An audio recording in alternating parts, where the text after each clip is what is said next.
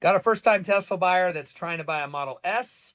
Gonna see if I can help him figure it out. I talked to Jason yesterday because I test drove the car on Saturday. Told him I'd think about it over the weekend. They had it listed for 18.5, the Model S 2017 with 32,000 miles. I was like, wow, that seems pretty decent price compared to what I've seen out there. I test drove the Model 3 and I didn't really like it that much.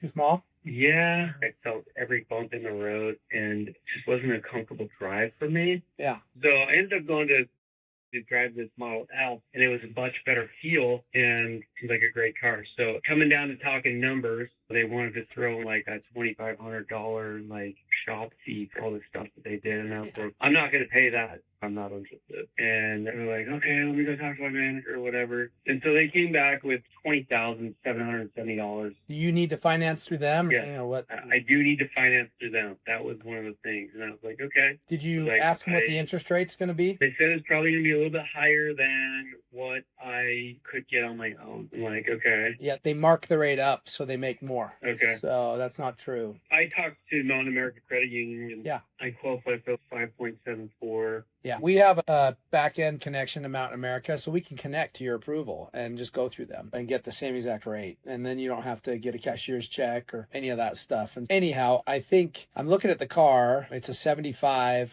rear wheel drive 2017 Model S, right? Very low miles for that. But a 2017 Model S is a high-risk car, whether you buy it from me or buy it from them. That's just, it's old technology. So you have to just be really careful that you know the history of the car. And so I wouldn't buy this car from them at any price. And the risk is that it's a 2017, and even though it's got low miles, I think it's got the hardware too version. I don't even stock rear-wheel drive Model S's. They're too problem-prone. I thought Jason said it was a Model 3 rear-wheel drive. And I'm like, yeah, they're fine. You just put snow tires on them, and they do great. But a Model S rear-wheel drive, I don't have the same good feelings about.